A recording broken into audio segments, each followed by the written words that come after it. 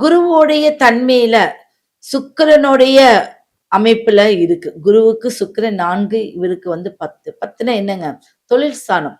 தொழில் முடங்கி இருந்தா மேல மேல மேல வந்துரும். தொழில் முடக்கத்துல இருந்து மேல வந்துருவாங்க. குடும்பத்துல இருக்கக்கூடிய சஞ்சலங்களை தீர்த்து கொடுத்துருவாங்க. பிரபலம் ஆவாங்க. ஒரு பெரிய லெவல்ல பிரபலமாகக்கூடிய ஒரு அமைப்பு இருக்கு.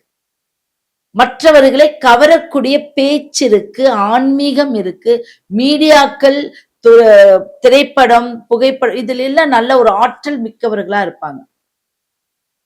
யாராவது ஒரு கிளிட்டரிங்கா, என்னென்ன துணி வியாபாரம், ரொம்ப கிளிட்டரா வியாபாரம் பண்ற, எலக்ட்ரிக்கல் டிசைனான ஒரு லைட் செட்டிங், அந்த லைட் வியாபாரம் பண்ற, இவங்களுக்குலாம் நல்ல ஒரு காலம்.